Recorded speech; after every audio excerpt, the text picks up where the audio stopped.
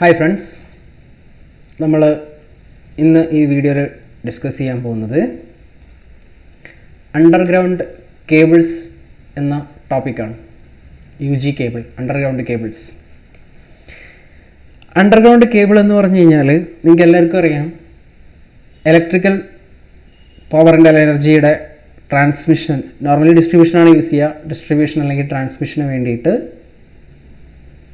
Underground വഴി transmission ചെയ്യാൻ വേണ്ടി അല്ലെങ്കിൽ ഡിസ്ട്രിബ്യൂഷൻ ചെയ്യാൻ വേണ്ടി യൂസ് ചെയ്യുന്ന കേബിൾസാണ് UG കേബിൾ എന്ന് പറയും. നമുക്ക് രണ്ട് സിസ്റ്റമാണുള്ളത്, ഒന്ന് ഓവർ ഹെഡ് ലൈനും അതേപോലെ തന്നെ അണ്ടർഗ്രൗണ്ട് സിസ്റ്റവും.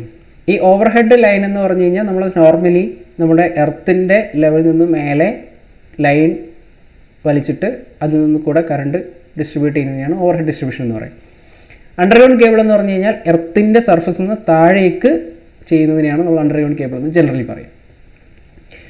അപ്പോൾ ഈ ഓവർ ഹെഡ് ലൈനിൽ നിന്നും അണ്ടർഗ്രൗണ്ട് കേബിളിലേക്ക് വരുന്ന സമയത്ത് നമുക്ക് കുറച്ച് അഡ്വാൻറ്റേജുകളുണ്ട്. ഒന്നാമത്തെ അഡ്വാൻറ്റേജ് എന്ന് പറഞ്ഞു കഴിഞ്ഞാൽ അതിന് ഡാമേജുകൾ കുറച്ച് കുറവായിരിക്കും, വളരെ കുറച്ച് ഡാമേജ് ഉണ്ടാവുള്ളൂ. കാരണം ഓവർ ഹെഡ് ലൈൻ ആവുന്ന സമയത്ത് ബെയർ കണ്ടക്ടേഴ്സിൻ്റെ മേലേക്ക് എന്തെങ്കിലും ഒബ്സ്ട്രക്ഷൻസ് വന്നു കഴിഞ്ഞാൽ ആ ബെയർ കണ്ടക്ടേഴ്സ് ഓപ്പൺ ആവാനും ആ ബെയർ കണ്ടക്ടേഴ്സിന് ഡാമേജ് ഉണ്ടാവാനുള്ള സാധ്യത വളരെ കൂടുതലാണ്. പക്ഷേ അണ്ടർഗ്രൗണ്ട് കേബിളിലേക്ക് വരുന്ന സമയത്ത് അതിൻ്റെ ഡാമേജ് ലെവൽ എന്ന് പറയുന്നത് കുറച്ച് കുറവാണ്.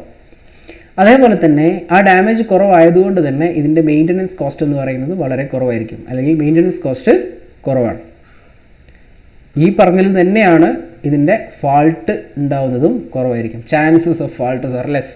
കാരണം ഇത് നിൽക്കുന്നത് എർത്തിൻ്റെ താഴെയാണ്. അപ്പോൾ ഇതിന് വേറെ ഒബ്സ്ട്രക്ഷൻസ് ഒന്നും വരാനില്ല, അല്ലെങ്കിൽ വേറെ അതിന് ഓപ്പോസിറ്റായിട്ട് ഒബ്സ്ട്രക്ഷൻസ് ഒന്നും വരാനില്ലാത്തത് കൊണ്ട് തന്നെ ഇത് വളരെ ലെസ് ഡാമേജ് ആയിട്ടുള്ള സാധനമാണ്. മെയിൻ്റനൻസ് കോസ്റ്റ് വളരെ കുറവാണ്. ഫാൾട്ട് ഉണ്ടാവാനുള്ള കാരണം കുറവാണ്. റെഡി. ഇനി ടെക്നിക്കലി ഉള്ള കുറച്ചും കൂടെ കാര്യങ്ങൾ പറഞ്ഞു കഴിഞ്ഞാൽ ഇതിൻ്റെ വോൾട്ടേജ് റെഗുലേഷൻ എന്ന് പറയുന്നത് കുറച്ചും കൂടെ ഹയർ ലെവലിലേക്ക് നമ്മൾ പോകുന്ന സമയത്ത് വോൾട്ടേജ് ഡ്രോപ്പ് അല്ല, വോൾട്ടേജ് റെഗുലേഷൻ.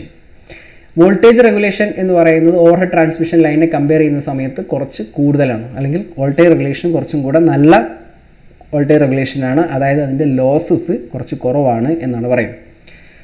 അതേപോലെ ഈ ഓവർ ഹെഡ് ലൈൻസിനെ കമ്പയർ ചെയ്യുമ്പോൾ അണ്ടർഗ്രൗണ്ട് ലൈൻസ് നമ്മൾ വിസിബിൾ അല്ല, അത് അണ്ടർഗ്രൗണ്ടിനിടയിലാണ്. അതുകൊണ്ട് തന്നെ നമുക്ക് ഈ ഒരു സിസ്റ്റം, അണ്ടർഗ്രൗണ്ട് സിസ്റ്റം എന്ന് പറയുന്നത് നല്ല ഒരു ബെറ്റർ അറ്റ്മോസ്ഫിയർ അല്ലെങ്കിൽ ബെറ്റർ അപ്പിയറൻസ് തരാൻ പറ്റും. ഇത്രയാണ് UG കേബിളിൻ്റെ പ്രത്യേകതകൾ എന്ന് പറയുന്നത്. ഒന്ന്, അതിന് ഡാമേജ് കുറവാണ്, മെയിൻ്റനൻസ് കുറവാണ്, ഫാൾട്ട് കുറവാണ്. ഇതിൻ്റെ വോൾട്ടേജ് റെഗുലേഷൻ കുറച്ചും കൂടെ ഓവർ ഹെഡ് ട്രാൻസ്മിഷൻ ലൈനെ കമ്പയർ ചെയ്യുന്ന സമയത്ത് വോൾട്ടേജ് റെഗുലേഷൻ വളരെ ബെറ്റർ വോൾട്ടേജ് റെഗുലേഷനാണ്. അതേപോലെ തന്നെ ഇതിൻ്റെ അപ്പിയറൻസ് വളരെ നല്ല അപ്പിയറൻസ് ആണ്. പക്ഷേ ഇത്രയും അഡ്വാൻറ്റേജ് ഉള്ളതുകൊണ്ട് തന്നെ ഇതിൻ്റെ ഇനീഷ്യൽ കോസ്റ്റ് എന്ന് പറയുന്നത് വളരെ കൂടുതലായിരിക്കും. അതേപോലെ ഇവിടെ മെയിൻ്റനൻസ് കോസ്റ്റ് കുറവാണെന്ന് പറഞ്ഞു. പക്ഷേ സപ്പോസ് നമുക്കൊരു മെയിൻ്റനൻസ് ചെയ്യേണ്ടി വന്നു കഴിഞ്ഞാൽ ഇവിടെ വരുന്ന കേബിൾ ജോയിൻറ്റ് കോസ്റ്റും വളരെ കൂടുതലാണ്. റെഡി. ഇനി അടുത്തൊരു കാര്യമുണ്ട്, ഇതിന് ഫാൾട്ട് കുറവാണ്. ഇത് ബെയർ കണ്ടക്ടേഴ്സ് അല്ല, എർത്തിൻ്റെ താഴെയാണ്. എർത്ത് എന്ന് പറയുന്നത് തന്നെ ഒരു കണ്ടക്ടറാണ്. അപ്പോൾ എർത്തിൻ്റെ താഴെയാണ്. ആ എർത്തിൻ്റെ താഴെ വരുന്നതുകൊണ്ട് തന്നെ ഇതിൻ്റെ ഇൻസുലേഷൻ വളരെ കൂടുതലാണ്. അപ്പോൾ ഇൻസുലേറ്റ് ചെയ്യുക എന്ന് പറയുന്നത് UG കേബിളിനെ സംബന്ധിച്ചിടത്തോളം വളരെ പ്രയാസപ്പെട്ടൊരു സാധനമാണ്. അതുകൊണ്ട് തന്നെ ഇതിൻ്റെ കോസ്റ്റ് കൂടുതലാണ്. ആ ഒരു കാരണം കൊണ്ട് നമ്മൾ UG കേബിൾ എന്ന് പറയുന്നത് വളരെ റെസ്ട്രിക്റ്റഡ് ആയിട്ടുള്ള സ്ഥലത്ത് മാത്രമാണ് യൂസ് ചെയ്യുന്നത്. ഒന്ന്, ഹൈലി പോപ്പുലേറ്റഡ് ആയിട്ടുള്ള ഏരിയയിൽ over head transmission line promote ചെയ്യാൻ പറ്റാത്ത ഏരിയകളിലാണ് ഒന്ന് നമ്മൾ UG കേബിൾ യൂസ് ചെയ്യാം. അല്ലെങ്കിൽ നമ്മുടെ ഇൻറ്റേർണൽ പ്ലാന്റിൻ്റെ ഇടയിൽ, നമുക്ക് ഏതെങ്കിലും ഒരു പ്ലാന്റിനുള്ളിൽ കൂടെ അല്ലെങ്കിൽ സബ്സ്റ്റേഷനിലുള്ള കണക്ഷൻസുകളെല്ലാം ചെയ്യാൻ വേണ്ടി നമ്മൾ യൂസ് ചെയ്യുന്നത് ഈ അണ്ടർഗ്രൗണ്ട് കേബിൾസ് വെച്ചിട്ടാണ്. ക്ലിയർ? അതായത് OH ലൈന് നമുക്ക് ഓവർ ഹെഡ് ലൈൻസ് പെർമിറ്റ് ചെയ്യാൻ പറ്റാത്ത സിറ്റുവേഷനിലാണ് നമ്മൾ എന്ത് ചെയ്യുന്നത്, അണ്ടർഗ്രൗണ്ട് കേബിൾസ് യൂസ് ചെയ്യുന്നത്. റെഡി. അപ്പോൾ ഇതാണ് അണ്ടർഗ്രൗണ്ട് കേബിൾസിൻ്റെ ഫസ്റ്റ് ഇൻട്രൊഡക്ഷൻ ആയിട്ട് നമുക്ക് പറയാനുള്ളത്. ഇനി ഇതിൻ്റെ കൺസ്ട്രക്ഷൻ നോക്കാം. അണ്ടർഗ്രൗണ്ട് കേബിൾസിൻ്റെ കൺസ്ട്രക്ഷൻ. ജനറലി അണ്ടർഗ്രൗണ്ട് കേബിളിൻ്റെ കൺസ്ട്രക്ഷനകത്ത് കുറച്ച് പാർട്സ് വരുന്നുണ്ട്. ആദ്യം വരുന്ന സാധനം എന്ന് പറയുന്നത് തന്നെ കോർ അല്ലെങ്കിൽ കണ്ടക്ടറാണ്. ആദ്യത്തെ പാർട്ട് എന്ന് പറയുന്നത് കോർ അല്ലെങ്കിൽ കണ്ടക്ടറാണ്. അതായത് നമുക്ക് കറണ്ട് ട്രാൻസ്മിറ്റ് ചെയ്യാൻ വേണ്ടി, പവർ ട്രാൻസ്മിറ്റ് ചെയ്യാൻ വേണ്ടിയിട്ട് ഒരു കണ്ടക്ടർ വേണം. ആ കണ്ടക്ടറിനെയാണ് നമ്മൾ കോർ അല്ലെങ്കിൽ കണ്ടക്ടർ എന്ന് പറയുന്നത്. നോർമലി ടിന്ന് ചെയ്തിരിക്കുന്ന കോപ്പറോ അല്ലെങ്കിൽ അലൂമിനിയത്തിൻ്റെയോ സ്ട്രാൻഡഡ് കണ്ടക്ടേഴ്സാണ് നമ്മൾ യൂസ് ചെയ്യുക. കോപ്പറിൻ്റെയോ അലൂമിനിയൻ്റെയോ ടിൻഡ് കോപ്പർ അല്ലെങ്കിൽ അലൂമിനിയത്തിൻ്റെ സ്ട്രാൻഡഡ് കണ്ടക്ടേഴ്സാണ് നമ്മൾ യൂസ് ചെയ്യുന്നത്. എന്തുകൊണ്ടാണ് ഈ സ്ട്രാൻഡഡ് കണ്ടക്ടേഴ്സ് യൂസ് ചെയ്യുന്നതെന്ന് ചോദിച്ചു കഴിഞ്ഞാൽ, സ്ട്രാൻഡഡ് കണ്ടക്ടേഴ്സ് ആവുന്ന സമയത്ത് അതിന് കറണ്ട് ക്യാരിയിങ് കപ്പാസിറ്റി കുറച്ച് കൂടുതലായിരിക്കും. അതേപോലെ തന്നെ അത് ഫ്ലെക്സിബിളാണ്. അത് ഫ്ലെക്സിബിളുമാണ്. അതേപോലെ അതിൻ്റെ കറണ്ട് ക്യാരിയിങ് കപ്പാസിറ്റി കുറച്ച് കൂടുതലാണ്. അതുകൊണ്ടാണ് നമ്മൾ സ്ട്രാൻഡഡ് കണ്ടക്ടേഴ്സ് യൂസ് ചെയ്യുന്നത്. അത് ടിൻഡ് കോപ്പർ അല്ലെങ്കിൽ അലൂമിനിയത്തിൻ്റെ സ്റ്റാൻഡേർഡ് കണ്ടക്ടേഴ്സാണ് നമ്മൾ യൂസ് ചെയ്യുക. അപ്പോൾ ഫസ്റ്റ് വരുന്നത് ഈ ഒരു കോർ എന്ന് പറഞ്ഞ പോർഷനാണ്. ഇത് നമ്മുടെ കോർ എന്ന് പറഞ്ഞ പോർഷൻ. ഇനി ഈ കോറിലൂടെയാണ് കറണ്ട് ഫ്ലോ ചെയ്യുന്നത്. ഈ ഫ്ലോ ചെയ്യുന്ന കോറിനെ നമുക്ക് ആദ്യം ചെയ്യേണ്ടത് ഇൻസുലേറ്റ് ചെയ്യണം. ഇതിനെ നമ്മൾ എന്ത് ചെയ്യണം? ഒന്ന് ഇൻസുലേറ്റ് ചെയ്യണം. ആ ഇൻസുലേഷൻ ലെവലാണ് ഫസ്റ്റ് സ്റ്റേജ്, അല്ലെങ്കിൽ ഇതിനെയാണ് നമ്മൾ ഇൻസുലേഷൻ എന്ന് പറയുന്നത്. ഇത് ഇൻസുലേഷൻ ചെയ്യുന്നത് ഈ കറണ്ടിൻ്റെ ലീക്കേജ് ഉണ്ടാവാതിരിക്കാനും, സപ്പോസ് ഇത് ഒരു കോർ അല്ലെങ്കിൽ 2 കോർ അല്ലെങ്കിൽ 3 കോറൊക്കെ ഉള്ള കണ്ടക്ടേഴ്സ്, നോർമലി 3 ഫേസ് സപ്ലൈക്ക് നമ്മൾ യൂസ് ചെയ്യുന്നത് 3 കോറുള്ള കണ്ടക്ടറാണ് അല്ലെങ്കിൽ 3 കോറുള്ള UG കേബിളാണ്. അപ്പോൾ ഈ കോറുകൾ തമ്മിൽ ഷോർട്ട് സർക്യൂട്ട് ഉണ്ടാവാതിരിക്കുക, അതല്ലെങ്കിൽ എർത്തുമായിട്ട് ലീക്കേജ് ഉണ്ടാവാതിരിക്കാൻ വേണ്ടിയിട്ടാണ് നമ്മൾ എന്ത് ചെയ്യുന്നത്? ഇൻസുലേഷൻ ചെയ്യുന്നത്. അപ്പോൾ നമ്മൾ നോർമലി ഇൻസുലേഷൻ ചെയ്യാൻ വേണ്ടി യൂസ് ചെയ്യുന്നത്, നമുക്ക് നോർമലി വയർ കണ്ടു കഴിഞ്ഞാൽ നിങ്ങൾക്ക് ഇൻസുലേഷൻ ചെയ്യാൻ വേണ്ടി യൂസ് ചെയ്യുന്ന PVC അതുപോലെ ഇൻസുലേഷൻ മെറ്റീരിയൽസും ഒക്കെ ഉണ്ട്. ഇവിടെ നമ്മൾ യൂസ് ചെയ്യുന്ന ഇൻസുലേഷൻ മെറ്റീരിയൽസ് എന്ന് പറയുന്നത് ഒന്ന് ഇംപ്രഗ്നേറ്റഡ് പേപ്പറാണ്, അല്ലെങ്കിൽ വാർണിഷ്ഡ് ക്യാമ്പ്രിക്, അതും അല്ലെങ്കിൽ റബ്ബറിൻ്റെ കോമ്പൗണ്ടോ, അതായത് ഇംപ്രഗ്നേറ്റഡ് പേപ്പർ, വാർണിഷ്ഡ് ക്യാമ്പ്രിക്, റബ്ബർ അല്ലെങ്കിൽ റബ്ബറിൻ്റെ കോമ്പൗണ്ടുകൾ യൂസ് ചെയ്തിട്ടാണ് നമ്മൾ എന്ത് ചെയ്യുന്നത്? ഈ ഇൻസുലേഷൻ ഫിക്സ് ചെയ്യുന്നത്. ഈ ഇൻസുലേഷൻ എത്ര കൊടുക്കണം എന്ന് തീരുമാനിക്കുന്നത് ഈ കോറിലൂടെ എത്ര വോൾട്ടേജ് വിത്ത്സ്റ്റാൻഡ് ചെയ്യണം, ഈ കോർ അല്ലെങ്കിൽ എത്ര വോൾട്ടേജ് വിത്ത്സ്റ്റാൻഡ് ചെയ്യണം എന്ന് തീരുമാനിച്ചിട്ടാണ്, അല്ലെങ്കിൽ അതനുസരിച്ചിട്ടാണ് ഇൻസുലേഷൻ ലെവൽ ഫിക്സ് ചെയ്യുന്നത്. അത് ഫ്ലോ ഓഫ് കറണ്ട് അല്ല ഡിറ്റർമിൻ ചെയ്യുന്നത്, വിത്ത്സ്റ്റാൻഡ് ചെയ്യേണ്ട വോൾട്ടേജ് ആണ്. എത്ര വോൾട്ടേജ് ആണ് വിത്ത്സ്റ്റാൻഡ് ചെയ്യേണ്ടത് എന്നുള്ളതിനെയാണ് നമ്മുടെ ഇൻസുലേഷൻ ലെവൽ ഡിപ്പെൻഡ് ചെയ്യുന്നത്. ഈ ഇൻസുലേഷൻ ലെവൽ കഴിഞ്ഞു കഴിഞ്ഞാൽ അടുത്ത ലെയറിനെ പറയുന്ന പേരാണ് മെറ്റൽ ഷീത്ത് അല്ലെങ്കിൽ ലെഡ് ഷീത്ത് എന്ന് പറയും. അടുത്ത ലെയറാണ് മെറ്റൽ ഷീത്ത് അല്ലെങ്കിൽ ലെഡ് ഷീത്ത്. ഞാൻ വരയ്ക്കുന്ന ഫിഗർ ഇത്ര ഭംഗിയുള്ള ഫിഗറൊന്നുമല്ല, നോട്ട്സിൽ നമ്മൾ തരുന്ന സമയത്ത് നല്ല ഫിഗർ വരച്ചു തരും. അപ്പോൾ അടുത്ത ലെയർ, ഓരോ ലെയർ ഏതൊക്കെയാണെന്നുള്ളതാണ് നമുക്ക് ആവശ്യം. നമുക്ക് ഫിഗർ വരച്ച് എക്സ്പ്ലെയിൻ ചെയ്യേണ്ട ആവശ്യമൊന്നുമില്ല, അത് ഡിസ്ക്രിപ്റ്റീവ് എക്സാം അല്ല. അപ്പോൾ ലെഡ് ഷീത്ത് അല്ലെങ്കിൽ മെറ്റൽ ഷീത്താണ് മൂന്നാമത്തെ ലെയർ എന്ന് പറയുന്നത്. ഈ ലെഡ് ഷീത്തിൻ്റെ അല്ലെങ്കിൽ മെറ്റൽ ഷീത്തിൻ്റെ പർപ്പസ് എന്താണെന്ന് വെച്ച് കഴിഞ്ഞാൽ നമ്മുടെ കേബിളിനെ മോയ്സ്ചറിൽ നിന്നും അതേപോലെ തന്നെ മറ്റ് ഗ്യാസസിൽ നിന്നും അതല്ലെങ്കിൽ ആസിഡ്, ആൽക്കലി പോലെയുള്ള ഡാമേജ് ആവുന്ന ലിക്വിഡുകളിൽ നിന്നും പ്രൊട്ടക്റ്റ് ചെയ്യാൻ വേണ്ടിയിട്ട് യൂസ് ചെയ്യുന്ന പാർട്ടാണ് ലെഡ് ഷീത്ത് അല്ലെങ്കിൽ മെറ്റാലിക് ഷീത്ത്. ഇവിടെ നമ്മൾ യൂസ് ചെയ്യുക ലെഡ് അല്ലെങ്കിൽ അലൂമിനിയാണ്. ലെഡ് യൂസ് ചെയ്യുന്നത് കൊണ്ടാണ് ഇതിനെ ലെഡ് ഷീത്ത് എന്ന് പറയുന്നത്. റെഡി? ലെഡോ അല്ലെങ്കിൽ അലൂമിനിയോ ആണ് നമ്മളിവിടെ യൂസ് ചെയ്യുക. ഇതിൻ്റെ പർപ്പസ് എന്ന് പറയുന്നത് മോയ്സ്ചറിനെ കൺട്രോൾ ചെയ്യുക, അല്ലെങ്കിൽ ഗ്യാസിനെ കൺട്രോൾ ചെയ്യുക, അതല്ലെങ്കിൽ ആൽക്കലി ആസിഡ് പോലെയുള്ള സിംപിളി ഒറ്റ വാക്കി പറഞ്ഞു കഴിഞ്ഞാൽ നമ്മുടെ കേബിളിനെ ഡാമേജ് ആക്കുന്ന ആളുകളിൽ നിന്നും നമ്മുടെ കേബിളിനെ പ്രൊട്ടക്റ്റ് ചെയ്യാൻ വേണ്ടിയിട്ടാണ് നമ്മുടെ മെറ്റാലിക് ഷീത്ത് അല്ലെങ്കിൽ ലെഡ് ഷീത്ത് യൂസ് ചെയ്യുന്നത്. ഇനി അത് കഴിഞ്ഞിട്ടുള്ള ലെയറാണ് ബെഡിങ് ലെയർ. അതിൻ്റെ മേലെ വരുന്ന ലെയറാണ് ബെഡിങ് ലെയർ. ഇതിനെയാണ് നമ്മൾ ബെഡിങ് എന്ന് പറയുക. ബെഡിങ് എന്ന് പറയുന്നത്, ഈ ലെയർ എന്ന് പറയുന്നത് ഒരു ഫൈബ്രസ് ആയിട്ടുള്ള ജൂട്ട് പോലത്തെ അല്ലെങ്കിൽ ഹെസൈൻ ടേപ്പ് അല്ലെങ്കിൽ ജൂട്ട് പോലെയുള്ള മെറ്റീരിയൽ യൂസ് ചെയ്തിട്ടാണ് നമ്മൾ ബെഡിങ് ചെയ്യുന്നത്. ഫൈബ്രസ് ആയിട്ടുള്ള ജൂട്ടോ അല്ലെങ്കിൽ ഹെസൈൻ ടേപ്പോ യൂസ് ചെയ്തിട്ടാണ് ബെഡിങ് ചെയ്യുന്നത്. ബെഡിങ് എന്തിനാന്ന് വെച്ച് കഴിഞ്ഞാൽ നമ്മുടെ മെറ്റാലിക് ഷീത്തിനെ, ഇത് മെറ്റാലിക് ഷീത്താന്ന് പറഞ്ഞു, ഒരു മെറ്റലാണ്, ഇതിനെ കൊറോഷനിൽ നിന്നും പ്രൊട്ടക്ട് ചെയ്യാൻ വേണ്ടിയിട്ട്, മെറ്റാലിക് ഷീത്തിനെ പ്രൊട്ടക്ട് ചെയ്യാൻ വേണ്ടിയിട്ടാണ്, കൊറോഷനിൽ നിന്നും മെറ്റാലിക് ഷീത്തിനെ പ്രൊട്ടക്ട് ചെയ്യാൻ വേണ്ടിയിട്ടും. അതേപോലെ തന്നെ ഇതിൻ്റെ പുറത്ത് വരുന്നൊരു ലെയർ ഉണ്ട്, ആർമറിങ് എന്ന് പറയുന്നൊരു ലെയർ ഉണ്ട്. ആ ആർമറിങ് ലെയറിൽ നിന്ന് നമ്മളുടെ ആർമറിങ് ലെയർ കൊണ്ടുണ്ടാകുന്ന ഡാമേജ് പ്രൊട്ടക്ട് ചെയ്യാനും വേണ്ടിയിട്ടാണ് നമ്മൾ ബെഡിങ് ചെയ്യുന്നത്. അത് ജൂട്ട് അല്ലെങ്കിൽ ഹെസൈൻ ടേപ്പ് പോലെയുള്ള ഫൈബ്രസ് മെറ്റീരിയലാണ്. ഇത് കഴിഞ്ഞ് വരുന്ന ലെയറിനാണ് ആർമറിങ് എന്ന് പറയും. ആർമറിങ് എന്ന് പറഞ്ഞു കഴിഞ്ഞാൽ ഇത് ഗാൽവനൈസ്ഡ് സ്റ്റീൽ കുറച്ചും കൂടെ മെക്കാനിക്കലി സ്ട്രെങ്ത് ഉള്ള ഏരിയയാണ് ആർമറിങ് എന്ന് പറയുന്നത്. ഗാൽവനൈസ്ഡ് സ്റ്റീലോ അല്ലെങ്കിൽ സ്റ്റീലിൻ്റെ ടേപ്പോ യൂസ് ചെയ്ത് പ്രിപ്പയർ ചെയ്യുന്ന ഏരിയ ആണെങ്കിൽ അല്ലെങ്കിൽ ലെയറാണ് ആർമറിങ് എന്ന് പറയുന്ന ലെയർ. ഇതിനെയാണ് ആർമറിങ് എന്ന് പറയുക. ഈ ആർമറിങ് ലെയറിലാണ് നമ്മൾ ഗാൽവനൈസ്ഡ് സ്റ്റീലോ അല്ലെങ്കിൽ സ്റ്റീലിൻ്റെ ടേപ്പോ ആണ് യൂസ് ചെയ്യുന്നത്. ഇവിടെ ഇത് യൂസ് ചെയ്യുന്നത് എന്തിനാണെന്ന് വെച്ച് കഴിഞ്ഞാൽ നമ്മുടെ കേബിളിന് മെക്കാനിക്കൽ പ്രൊട്ടക്ഷൻ കൊടുക്കാൻ വേണ്ടിയിട്ടാണ് എന്ത് ചെയ്യുന്നത്, ആർമറിങ് യൂസ് ചെയ്യുന്നത്. മെക്കാനിക്കൽ പ്രൊട്ടക്ഷൻ കൊടുക്കാൻ വേണ്ടിയിട്ടാണ്, മെക്കാനിക്കൽ ഇഞ്ചുറിയിൽ നിന്നും മെക്കാനിക്കൽ പ്രൊട്ടക്ഷൻ കേബിളിന് മൊത്തത്തിൽ കൊടുക്കാൻ വേണ്ടിയിട്ടാണ് നമ്മൾ എന്ത് ചെയ്യുന്നത്, ആർമറിങ് ചെയ്യുന്നത്.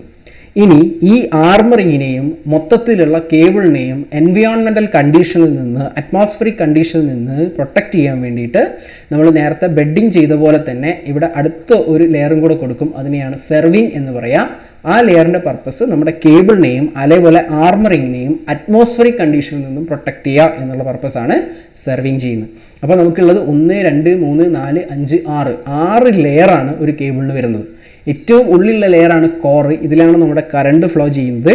അത് ടിൻഡ് ആയിട്ടുള്ള കോപ്പർ അല്ലെങ്കിൽ അലൂമിനിയത്തിൻ്റെ സ്ട്രാൻഡഡ് കണ്ടക്ടേഴ്സ് ആയിരിക്കും. ആ കണ്ടക്ടറിനെ ഇൻസുലേറ്റ് ചെയ്യാൻ വേണ്ടിയിട്ട് നമ്മൾ ഇംപ്രഗ്നേറ്റഡ് പേപ്പറോ അല്ലെങ്കിൽ വാർണിഷ്ഡ് ക്യാമ്പ്രിക്കോ അതല്ലെങ്കിൽ റബ്ബർ മെറ്റീരിയലോ കൊണ്ടുള്ള എന്തെങ്കിലും ഒരു ഇൻസുലേഷൻ ലെയർ കൊടുക്കും. അത് കഴിഞ്ഞിട്ട് അതിനെ മോയ്സ്ചറിൽ നിന്നും പ്രൊട്ടക്റ്റ് ചെയ്യാൻ വേണ്ടിയിട്ട് നമ്മൾ lead sheet, moisture, acid, alkali, gas അല്ലെങ്കിൽ ഹാംഫുൾ ആയിട്ടുള്ള ഡാമേജിങ് സബ്സ്റ്റൻസിൽ നിന്നും പ്രൊട്ടക്റ്റ് ചെയ്യാൻ വേണ്ടിയിട്ട് നമ്മൾ മെറ്റാലിക് ഷീറ്റ് കൊടുക്കും. മെറ്റാലിക് ഷീറ്റിനെ കൊറോഷനിൽ നിന്നും ആർമറിങ്ങിൽ നിന്നുള്ള പ്രൊട്ടക്ഷനും വേണ്ടിയിട്ടാണ് നമ്മൾ ബെഡിങ് എന്ന് പറയുന്ന അടുത്ത ലെയർ കൊടുക്കുന്നത്.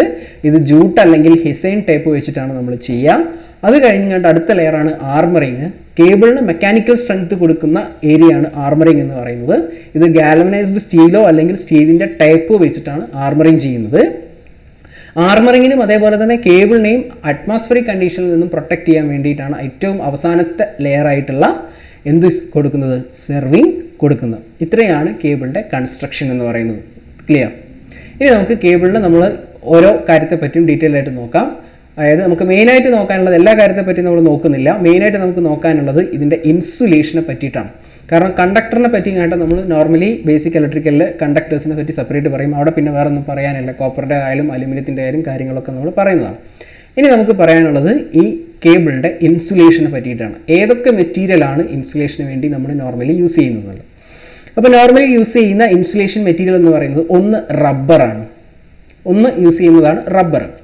റബ്ബർ എന്ന് പറഞ്ഞു കഴിഞ്ഞാൽ നമുക്ക് നാച്ചുറലി റബ്ബർ മരത്തിൽ നിന്നും കിട്ടുന്ന, നാച്ചുറലി ഒബ്റ്റെയിൻ ചെയ്യുന്ന ഒരു മിൽക്കി സബ്സ്റ്റൻസ് ആണ് റബ്ബർ എന്ന് പറയുന്നത്. ഇതിനെയാണ് നമ്മൾ ഇൻസുലേഷൻ മെറ്റീരിയൽ ആയിട്ട് യൂസ് ചെയ്യുന്നത്. നോർമലി റബ്ബറിൻ്റെ ഡൈഇലക്ട്രിക് സ്ട്രെങ്ത് എന്ന് പറയുന്നത് 30 kV/mm ആണ് ഡൈഇലക്ട്രിക് സ്ട്രെങ്ത് എന്ന് പറയുന്നത്.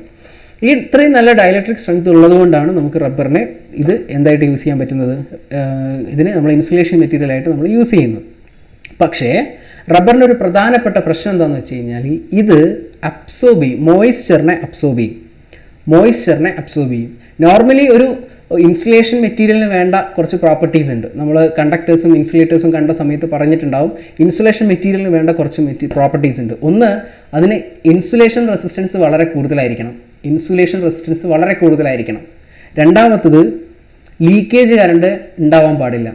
ലീക്കേജ് കറണ്ടിനെ അവോയ്ഡ് ചെയ്യാൻ പറ്റണം. മൂന്നാമത്തത്, നല്ല ഡൈഇലക്ട്രിക് സ്ട്രെങ്ത് ഉണ്ടാവണം. ഹൈ ഡൈഇലക്ട്രിക് സ്ട്രെങ്ത് ഉണ്ടാവണം. അതായത് ഹൈ ഡൈഇലക്ട്രിക് സ്ട്രെങ്ത് കൂടുന്നതിനനുസരിച്ച് ഇലക്ട്രിക്കൽ ബ്രേക്ക് ഡൗൺ ഉണ്ടാവാനുള്ള ചാൻസസ് കുറവായിരിക്കും. നാലാമത്തത് വേണ്ടത്, ഇതിന് നല്ല മെക്കാനിക്കൽ സ്ട്രെങ്ത് വേണം. ഡൈഇലക്ട്രിക് സ്ട്രെങ്ത് മാത്രം പോരാ, മെക്കാനിക്കൽ സ്ട്രെങ്ത്തും കൂടി ഇതിന് വേണം. ഇനി അഞ്ചാമത് വേണ്ട പ്രോപ്പർട്ടിയാണ് നോൺ ഹൈഗ്രോസ്കോപ്പിക് ആയിരിക്കണം. അതായത് മോയ്സ്ചർ ഡിപ്പെൻഡ് ചെയ്യാൻ പാടില്ല. അങ്ങനെയാണ് നോൺ ഹൈഗ്രോസ്കോപ്പിക് എന്നാണ് ആ പ്രോപ്പർട്ടിയെ പറയുക. നോൺ ഹൈഗ്രോസ്കോപ്പിക്, മോയ്സ്ചർ എന്ത് ചെയ്യാൻ പാടില്ല, നമ്മുടെ ഇൻസുലേഷൻ പ്രോപ്പർട്ടിയെ ഡിപ്പെൻഡ് ചെയ്യാൻ പാടില്ല. പക്ഷേ റബ്ബർ എന്ന് പറഞ്ഞ സബ്സ്റ്റൻസ് മോയ്സ്ചറിനെ അബ്സോർബ് ചെയ്യാൻ കഴിവുള്ള ഒരു സബ്സ്റ്റൻസ് ആണ്. അതേപോലെ തന്നെ റബ്ബറിൻ്റെ മറ്റൊരു ഡിസഡ്വാൻറ്റേജ് എന്താണെന്ന് വെച്ച് കഴിഞ്ഞാൽ ഇതിൻ്റെ മാക്സിമം ഓപ്പറേറ്റിംഗ് ടെമ്പറേച്ചർ എന്ന് പറയുന്നത് 38 ഡിഗ്രി സെൽഷ്യസ് ആണ്. 38 ഡിഗ്രി സെൽഷ്യസ് ആവുന്നത് കൊണ്ട് തന്നെ അതിൽ കൂടുതൽ ടെമ്പറേച്ചർ നമുക്ക് കേബിളിന് വിത്ത്സ്റ്റാൻഡ് ചെയ്യാൻ പറ്റില്ല. ആ സമയത്ത് നമ്മൾ ഇൻസുലേഷൻ ഫെയിലിയർ ആവും. പിന്നെ റബ്ബറിൻ്റെ ഒരു പ്രത്യേകത നമുക്ക് എല്ലാവർക്കും അറിയാവുന്നതാണ്, റബ്ബർ വളരെ സോഫ്റ്റ് ആയിട്ടുള്ള മെറ്റീരിയലാണ്. അപ്പോൾ അതിന് മെക്കാനിക്കൽ സ്ട്രെങ്ത്തും കുറച്ച് കുറവാണ്. അപ്പോൾ അത് വളരെ സോഫ്റ്റായിട്ട് ഹാൻഡിൽ ചെയ്തിട്ടില്ല എങ്കിൽ അതിന് ഡാമേജ് ഉണ്ടാകാനുള്ള ചാൻസ് കൂടുതലായിരിക്കും. അപ്പോൾ ഈ റബ്ബറിന് നമ്മൾ എന്ത് ചെയ്യുമെന്ന് വെച്ച് കഴിഞ്ഞാൽ ഈ ഡിസഡ്വാൻറ്റേജുകളെല്ലാം ഒഴിവാക്കാൻ വേണ്ടിയിട്ട് നമ്മൾ റബ്ബറിനകത്തേക്ക് സിങ്ക് ഓക്സൈഡ്, റെഡ് ലെഡ്, ഒരു 3 to 5% സൾഫർ ഇത് മൂന്നും ആഡ് ചെയ്തിട്ട് റബ്ബറിൻ്റെ ഈ പറഞ്ഞ ഡിസഡ്വാൻറ്റേജുകളെല്ലാം നമ്മൾ ഒരു പരിധി വരെ നമുക്ക് എന്ത് ചെയ്യും, എലിമിനേറ്റ് ചെയ്യാൻ പറ്റും. ഇതിനെയാണ് നമ്മൾ വൾക്കനൈസേഷൻ എന്ന് പറയും. വൾക്കനൈസേഷൻ എന്ന് പറഞ്ഞു കഴിഞ്ഞാൽ റബ്ബറിനകത്തേക്ക് കുറച്ച് സബ്സ്റ്റൻസുകൾ ആഡ് ചെയ്യും. സിങ്ക് ഓക്സൈഡ്, റെഡ് ലെഡ്, അതേപോലെ തന്നെ ഒരു 3 to 5% വരെ സൾഫർ ആഡ് ചെയ്തിട്ട് ഇതിനെ നമ്മൾ ഒരു 150 ഡിഗ്രി സെൽഷ്യസിൽ ഹീറ്റ് ചെയ്തിട്ട് പ്രോസസ്സ് ചെയ്യും. ആ പ്രോസസ്സിനെ പറയുന്ന പേരാണ് വൾക്കനൈസേഷൻ എന്ന് പറയും. അപ്പോൾ വൾക്കനൈസേഷൻ കഴിഞ്ഞ് കിട്ടുന്ന റബ്ബറിനെയാണ് നമ്മൾ വൾക്കനൈസ്ഡ് ഇന്ത്യൻ റബ്ബർ VIR എന്ന് പറയുന്നത്. ഇതാണ് നമ്മൾ നോർമലി യൂസ് ചെയ്യുന്ന ഇൻസുലേറ്റിംഗ് മെറ്റീരിയലായ റബ്ബർ ഇൻസുലേറ്റിംഗ് മെറ്റീരിയൽ എന്ന് പറയുന്നത് ഇതാണ് VIR, വൾക്കനൈസ്ഡ് ഇന്ത്യൻ റബ്ബർ. അപ്പോൾ ഈ വൾക്കനൈസ്ഡ് ഇന്ത്യൻ റബ്ബറിൻ്റെ പ്രത്യേകത എന്താണെന്ന് വെച്ച് കഴിഞ്ഞാൽ ഈ 3 സബ്സ്റ്റൻസുകൾ ഇതിനകത്ത് ആഡ് ചെയ്യുമ്പോൾ അതിൻ്റെ മെക്കാനിക്കൽ സ്ട്രെങ്ത് കൂടും, ഡ്യൂറബിലിറ്റി കൂടും, വാട്ടർ റെസിസ്റ്റൻസ് പ്രോപ്പർട്ടി റബ്ബറിനേക്കാളും കുറച്ചുകൂടെ നല്ലതായിരിക്കും വാട്ടർ റെസിസ്റ്റൻസ് പ്രോപ്പർട്ടി എന്ന് പറയുന്നത്. അപ്പോൾ ഇത്രയും അഡ്വാൻറ്റേജുകൾ നമുക്ക് കിട്ടും. അതുകൊണ്ട് വൾക്കനൈസ്ഡ് റബ്ബർ നമുക്കൊരു ഇൻസുലേറ്റിംഗ് മെറ്റീരിയൽ ആയിട്ട് നമുക്ക് യൂസ് ചെയ്യാൻ പറ്റും. പക്ഷേ നമ്മൾ ഇതിനകത്ത് ആഡ് ചെയ്യുന്ന സബ്സ്റ്റൻസ് എന്ന് പറയുന്നത് സൾഫർ എന്ന് പറയുന്ന സബ്സ്റ്റൻസ് നമ്മളുടെ കോറിലേക്ക് ഡയറക്റ്റ് ആയിട്ട് കോണ്ടാക്ട് വരുന്ന ഏരിയയാണ് ഇൻസുലേഷൻ. ഈ സൾഫർ നമ്മൾ കണ്ടക്ടറായ കോപ്പറുമായിട്ട് റിയാക്ട് ചെയ്യും. നമ്മൾ കോപ്പറുമായിട്ട് ഈസി ആയിട്ട് റിയാക്ട് ചെയ്യാൻ പറ്റുന്ന ഒരു മെറ്റീരിയലാണ്, അതായത് ഒരു സബ്സ്റ്റൻസ് ആണ് സൾഫർ എന്ന് പറയുന്നത്. അത് നമ്മളുടെ കോറിനെ ഈസി ആയിട്ട് ബാധിക്കും. അതുകൊണ്ട് കോപ്പർ കണ്ടക്ടറിലേക്ക് സൾഫറിൻ്റെ ഈ എഫക്റ്റ് കൊണ്ട് വൾക്കനൈസ്ഡ് ഇന്ത്യൻ റബ്ബർ ഉള്ള ഇൻസുലേഷൻ നമ്മൾ ലോ അല്ലെങ്കിൽ മോഡറേറ്റ് ലെവൽ വോൾട്ടേജിൽ പർപ്പസിൽ യൂസ് ചെയ്യുന്ന ഒരു ഇൻസുലേഷനാണ്. റെഡി, അതാണ് റബ്ബറിൻ്റെ പ്രത്യേകത. ഇനി രണ്ടാമത്തെ ആളാണ് ഇംപ്രഗ്നേറ്റഡ് പേപ്പർ. നമ്മൾ നേരത്തെ പറഞ്ഞതാണ് ഇൻസുലേഷൻ മെറ്റീരിയൽ, ആദ്യം പറഞ്ഞത് ഇംപ്രഗ്നേറ്റഡ് പേപ്പറാണ്. ഇംപ്രഗ്നേറ്റഡ് പേപ്പർ, എൻ്റെ പെന്നിന് എന്തോ ഒരു ചെറിയൊരു പ്രോബ്ലം ഉണ്ട്. ഈ ഒരു വീഡിയോ അഡ്ജസ്റ്റ് ചെയ്യുക, അടുത്ത വീഡിയോയിലേക്ക് ഞാനത് റെഡിയാക്കാൻ നോക്കാം. ഇംപ്രഗ്നേറ്റഡ് പേപ്പറാണ്. ഇംപ്രഗ്നേറ്റഡ് പേപ്പർ എന്ന് പറഞ്ഞു കഴിഞ്ഞാൽ ഈ പാരഫിന് അല്ലെങ്കിൽ നാഫ്തലിൻ പോലെയുള്ള മെറ്റീരിയൽ വെച്ച് ഉണ്ടാക്കുന്ന ഒരു സബ്സ്റ്റൻസ് ആണ് ഇംപ്രഗ്നേറ്റഡ് പേപ്പർ. അതായത് പാരഫിൻ അതേപോലെ തന്നെ പാരഫിൻ അല്ലെങ്കിൽ നാഫ്തലിക് സബ്സ്റ്റൻസുകൾ വെച്ച് ഇങ്ങോട്ട് ഉണ്ടാക്കുന്ന ഒരു സബ്സ്റ്റൻസ് ആണ് എന്ത്, ഇംപ്രഗ്നേറ്റഡ് പേപ്പർ. അപ്പോൾ അതുകൊണ്ട് തന്നെ ഇതിൻ്റെ പ്രത്യേകത എന്താണെന്ന് വെച്ച് കഴിഞ്ഞാൽ ഇതിൻ്റെ കോസ്റ്റ് കുറച്ച് കുറവാണ്. അതേപോലെ ഒരു നോർമൽ ഇൻസുലേറ്ററിന് വേണ്ട എല്ലാ പ്രോപ്പർട്ടിയും ആർക്കുണ്ട്, ഇംപ്രഗ്നേറ്റഡ് പേപ്പറിനുണ്ട്. അതിൻ്റെ ഡൈലക്ട്രിക് സ്ട്രെങ്ത് കൂടുതലാണ്, ഇൻസുലേഷൻ റെസിസ്റ്റൻസ് കൂടുതലാണ്, ഒക്കെ ആണ്. പക്ഷേ നമ്മൾ നേരത്തെ പറഞ്ഞ റബ്ബറിന് പറഞ്ഞ ഒരു പ്രശ്നം ഇയാൾക്കും ഉണ്ട്, ഇത് ഹൈഗ്രോസ്കോപ്പിക് ആണ്. അതായത് ഇത് മോയ്സ്ചറിനെ എഫക്റ്റ് ചെയ്യും. പേപ്പർ മോയ്സ്ചർ കൊണ്ട് എഫക്റ്റ് ചെയ്യും, ഹൈഗ്രോസ്കോപ്പിക് ആണ്. അതുകൊണ്ടും ഇതും എന്തേ യൂസ് ചെയ്യാൻ പറ്റുള്ളൂ, നോർമലി ലോ ലെവൽ അല്ലെങ്കിൽ മീഡിയം വോൾട്ടേജിനാണ് നമ്മൾ ഇംപ്രഗ്നേറ്റഡ് പേപ്പർ ഇൻസുലേറ്ററായിട്ട് യൂസ് ചെയ്യുന്നത്. ഇനി മൂന്നാമത്തതാണ് വാർണിഷ്ഡ് ഗാംബ്രിക്. വാർണിഷ്ഡ് ഗാംബ്രിക് എന്ന് പറയുന്നത് ഇതൊരു കോട്ടൺ ക്ലോത്ത് ആണ്. വാർണിഷ്ഡ് ഗാംബ്രിക് എന്ന് പറയുന്നത് പേപ്പർ പോലെയല്ല, ഇതൊരു പേപ്പർ പോലെ തന്നെ എന്ന് പറയാം, പക്ഷേ ഒരു പേപ്പർ പോലെ അല്ല. വാർണിഷ്ഡ് ആയിട്ടുള്ളത് ഇത് ഒരു കോട്ടൻ്റെ ക്ലോത്ത് ആണ്. ഈ കോട്ടൻ്റെ ക്ലോത്തിലേക്ക് വാർണിഷ് ചെയ്യുന്നതിനെയാണ് ഇത് വാർണിഷ്ഡ് ഗാംബ്രിക് എന്ന് പറയുന്നത്. കോട്ടൻ്റെ ക്ലോത്തിനെ നമ്മൾ എന്ത് ചെയ്യുന്നു, വാർണിഷ് ചെയ്യുന്നു. ഈ വാർണിഷ് ചെയ്യുന്ന ഇത് ചെയ്യുന്നതുകൊണ്ട് ഇതിൻ്റെ ഇൻസുലേഷൻ പ്രോപ്പർട്ടി നമുക്ക് ഇതിൻ്റെ ഇൻസുലേറ്റിംഗ് മെറ്റീരിയലുള്ള എല്ലാ പ്രോപ്പർട്ടിയും ഇതിനുണ്ട്. അപ്പോൾ എന്താണെന്ന് ചോദിച്ചു കഴിഞ്ഞാൽ വാർണിഷ്ഡ് ഗാംബ്രിക് എന്ന് പറയുന്നത് ഇതൊരു ഇംപ്രഗ്നേറ്റഡ് മീൻസ് കോട്ടൺ ക്ലോത്ത് ആണ്. അതിൻ്റെ മേലെ നമ്മൾ വാർണിഷ് കോട്ട് ചെയ്യുകയാണ് ചെയ്യുന്നത്. ഈ ഒരു മെറ്റീരിയലും ഹൈഗ്രോസ്കോപ്പിക് ആണ്, ഇതും നോൺ ഹൈഗ്രോസ്കോപ്പിക് അല്ല. ക്ലിയർ. ഇനി നാലാമത് പറയുന്ന മെറ്റീരിയലാണ് നമ്മൾ ഏറ്റവും കൂടുതൽ യൂസ് ചെയ്യുന്ന material, which is PVC, polyvinyl chloride അല്ലെങ്കിൽ PVC എന്ന് പറയും. ഇതെല്ലാം നിങ്ങൾക്ക് അറിയാനുണ്ടാവും. ഇതൊരു സിന്തറ്റിക് കോമ്പൗണ്ട് ആണ്. ഇത് നാച്ചുറൽ അല്ല, ഇതൊരു സിന്തറ്റിക് കോമ്പൗണ്ട് ആണ്. ഈ സിന്തറ്റിക് കോമ്പൗണ്ട് ആയ PVCയുടെ പ്രത്യേകത എന്താണെന്ന് വെച്ച് കഴിഞ്ഞാൽ, ആക്ച്വലി സിന്തറ്റിക് കോമ്പൗണ്ട് PVC എങ്ങനെ ഉണ്ടാക്കുന്നതെന്ന് വെച്ച് കഴിഞ്ഞാൽ അസറ്റിലീൻ്റെ പോളിമറൈസേഷൻ ചെയ്തിട്ടാണ്. പോളിമറൈസേഷൻ എന്ന് പറയുന്ന കെമിക്കൽ ട്രീറ്റ്മെൻറ്റ് വഴിയാണ് നമ്മൾ ഈ PVC ഉണ്ടാക്കുന്നത്. ആരുടെ പോളിമറൈസേഷൻ എന്ന് വെച്ച് കഴിഞ്ഞാൽ അസറ്റിലീൻ്റെ പോളിമറൈസേഷൻ ചെയ്തിട്ടാണ് നമ്മൾ എന്ത് ചെയ്യുന്നത്, ഈ PVC ഉണ്ടാക്കുന്നത്. ഇത് ആക്ച്വലി ഒരു വൈറ്റ് പൗഡറാണ്. ഈ വൈറ്റ് പൗഡറിനെ നമുക്ക് ആവശ്യമുള്ള ഷേപ്പിലേക്ക് മൗൾഡ് ചെയ്തെടുക്കാനും നമുക്ക് പറ്റും. റെഡി. അപ്പോൾ ഈ ഒരു PVC എന്ന് പറയുന്നത് അസറ്റിലീൻ്റെ പോളിമറൈസേഷൻ പ്രൊഡക്റ്റായ ഒരു സിന്തറ്റിക് കോമ്പൗണ്ട് ആണ്. ഈ സിന്തറ്റിക് കോമ്പൗണ്ടിന് നല്ല ഇൻസുലേഷൻ സ്ട്രെങ്ത് ഉണ്ട്, നല്ല ഡൈലക്ട്രിക് സ്ട്രെങ്ത് ഉണ്ട്, ഇത് നോൺ ഹൈഗ്രോസ്കോപ്പിക് ആണ്, നല്ല മെക്കാനിക്കൽ ടഫ്നെസ് ഉണ്ട് അല്ലെങ്കിൽ മെക്കാനിക്കൽ സ്ട്രെങ്ത് ഉണ്ട്. അതേപോലെ തന്നെ ഇത് വലിയൊരു ടെമ്പറേച്ചറിനെ ഹോൾഡ് ചെയ്യാനുള്ള കപ്പാസിറ്റി ആർക്കുണ്ട്, PVCക്ക് ഉണ്ട്.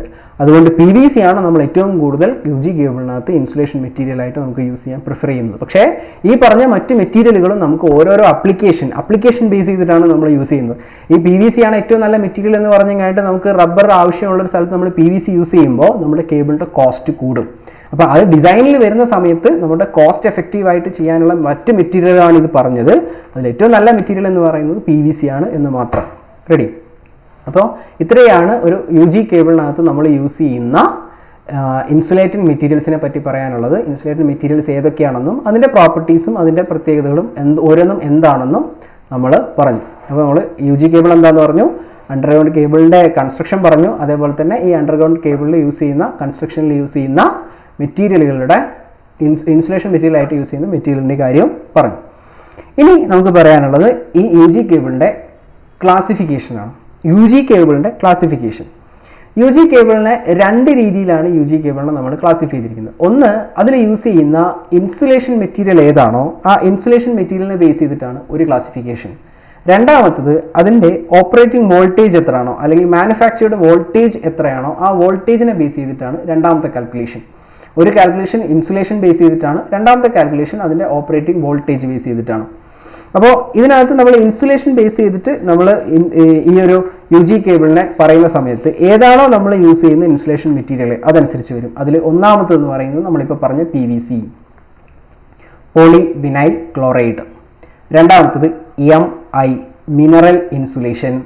മൂന്നാമത്തതാണ് PILC. ഇതിൻ്റെയൊക്കെ എക്സ്പാൻഷൻ ചിലപ്പം ചോദിക്കാം, what is PILC? Paper insulated lead covered എന്നുള്ളതാണ് PILCയുടെ full form, paper insulated lead covered. നാലാമത്തതാണ് XLPE, cross linked poly ethylene. ഇത് പലതവണ PSC ചോദിച്ചൊരു ക്വസ്റ്റ്യൻ ആണ്, what is XLPE? Cross linked poly ethylene എന്നുള്ളതാണ് XLPEയുടെ ഫുൾ ഫോം. അഞ്ചാമത്തത് PILCDTA. ഇവിടെ നമ്മൾ PILC എന്താണെന്ന് പറഞ്ഞിരുന്നു. PILC എന്ന് പറഞ്ഞു കഴിഞ്ഞാൽ നമ്മുടെ പേപ്പർ ഇൻസുലേറ്റഡ് ലെഡ് കവേർഡ് എന്ന് പറയുന്ന മെറ്റീരിയലാണ് PILC എന്ന് പറയുന്നത്. അപ്പോൾ അതിൻ്റെ കൂടെ ഡബിൾ ടാപ്പ് ആർമേഡ്, അതാണ് DTA എന്ന് പറയുന്നത്. ഡബിൾ ടാപ്പ് ആർമേഡ് ആയിട്ടുള്ള പേപ്പർ ഇൻസുലേറ്റഡ് ലെഡ് കവർ കേബിളാണ് PILCDTA എന്ന് പറയുന്നത്. ഈ 5 ടൈപ്പ് കേബിളാണ് ഇൻസുലേഷൻ ലെവൽ വെച്ച് കഴിഞ്ഞിട്ട് നമ്മൾ എന്ത് ചെയ്യുന്നത്, കേബിളിൻ്റെ ക്ലാസിഫിക്കേഷൻ നമ്മൾ പറയുന്നത്. ഈ 5 ടൈപ്പിലാണ് നമ്മൾ എന്ത് പറയുന്നത്, ഇൻസുലേഷൻ ലെവലിലുള്ള കേബിളിൻ്റെ ക്ലാസിഫിക്കേഷൻ നമ്മൾ പറയുന്നത്. ഇനി ഓപ്പറേറ്റിംഗ് വോൾട്ടേജിനെ ബേസ് ചെയ്തുകൊണ്ട് നമ്മൾ വോൾട്ടേജിൻ്റെ യു ജി കേബിളിൻ്റെ ക്ലാസിഫിക്കേഷൻ പറഞ്ഞു കഴിഞ്ഞാൽ, ഓപ്പറേറ്റിംഗ് വോൾട്ടേജ് വെച്ച് കഴിഞ്ഞ് കഴിഞ്ഞാൽ ഒന്നാമത്തത് ലോ ടെൻഷൻ കേബിളാണ്. ലോ ടെൻഷൻ കേബിൾ എന്ന് പറയുന്നത് 1100 വോൾട്ട് വരെ യൂസ് ചെയ്യുന്ന കേബിളിനെയാണ് നമ്മൾ ലോ ടെൻഷൻ വോൾട്ടേജ് കേബിൾ എന്ന് പറയുക. രണ്ടാമത്തതാണ് ഹൈ ടെൻഷൻ എന്ന് പറയുന്നത് അപ് ടു 11 kV വരെയുള്ള വോൾട്ടേജിനെയാണ് നമ്മൾ എന്ത് പറയുന്നത്, ഹൈ ടെൻഷൻ എന്ന് പറയുന്നത്. 11 kV വരെയുള്ളതിനെയാണ് നമ്മൾ എന്ത് പറയുന്നത്, ഹൈ ടെൻഷൻ എന്ന് പറയുന്നത്. അതേപോലെ തന്നെ സൂപ്പർ ടെൻഷൻ എന്ന് പറയുന്ന അടുത്തൊരു ടൈപ്പ് ഉണ്ട്. സൂപ്പർ ടെൻഷൻ എന്ന് പറഞ്ഞു കഴിഞ്ഞാൽ 22 kV മുതൽ 33 kV വരെയുള്ള യൂസ് ചെയ്യുന്ന കേബിളുകളെയാണ് നമ്മൾ സൂപ്പർ ടെൻഷൻ കേബിൾ എന്ന് പറയും. നാലാമത്തതാണ് extra high tension cable. Extra high tension എന്ന് പറയുന്നത് 33 kV മുതൽ 66 kV വരെയുള്ള കേബിളിനെയാണ് നമ്മൾ എക്സ്ട്രാ ഹൈ ടെൻഷൻ കേബിൾ എന്ന് പറയുന്നത്. ഇനി അഞ്ചാമത്തത്, നമ്മളുടെ കേബിൾ 132 kVക്ക് മേലെയാണെങ്കിൽ എക്സ്ട്രാ സൂപ്പർ വോൾട്ടേജ് കേബിൾ എന്നാണ് നമ്മൾ പറയുക. Extra super voltage cable. അപ്പോൾ എക്സ്ട്രാ ഹൈ ടെൻഷൻ കേബിൾ എന്ന് പറയുന്നത് 33 to 66, സൂപ്പർ ടെൻഷൻ എന്ന് പറയുന്നത് 22 to 33, ഹൈ ടെൻഷൻ എന്ന് പറയുന്നത് 11 kV, ലോ ടെൻഷൻ എന്ന് പറയുന്നത് 1100 വോൾട്ട്. ഇത് യു ജി കേബിളിൻ്റെ കേസിലുള്ള ക്ലാസിഫിക്കേഷനാണ് ഞാൻ പറഞ്ഞത്. യു ജി കേബിളിൻ്റെ ക്ലാസിഫിക്കേഷനാണ്. അതിൽ 132 മേലെ പോവുകയാണെങ്കിൽ അതിനെ എക്സ്ട്രാ സൂപ്പർ വോൾട്ടേജ് കേബിൾസ് എന്ന് പറയും. അപ്പോൾ ഇത്രയാണ് നമുക്ക് യു ജി കേബിളിൻ്റെ ക്ലാസിഫിക്കേഷൻ വരുന്നത്. അപ്പോൾ യു ജി കേബിളിൻ്റെ ക്ലാസിഫിക്കേഷൻ പറഞ്ഞു, യു ജി കേബിളിൻ്റെ കൺസ്ട്രക്ഷൻ പറഞ്ഞു, അതിൻ്റെ ഇൻസുലേഷൻ പറഞ്ഞു, അതേപോലെ തന്നെ അതിൻ്റെ ബേസിക് ആയിട്ടുള്ള ക്യാരക്ടറിസ്റ്റിക്സും പറഞ്ഞു. അപ്പോൾ ഇത്രയും പറഞ്ഞത് ക്ലിയർ ആയെന്ന് വിചാരിക്കുന്നു. ഇനി നമുക്ക് പല ടൈപ്പ് യു ജി കേബിളുകളുണ്ട്. ഏതൊക്കെയാണ് യു ജി കേബിളുകളെന്ന് നമുക്ക് അടുത്ത വീഡിയോയിൽ നോക്കാം. Okay, thank you.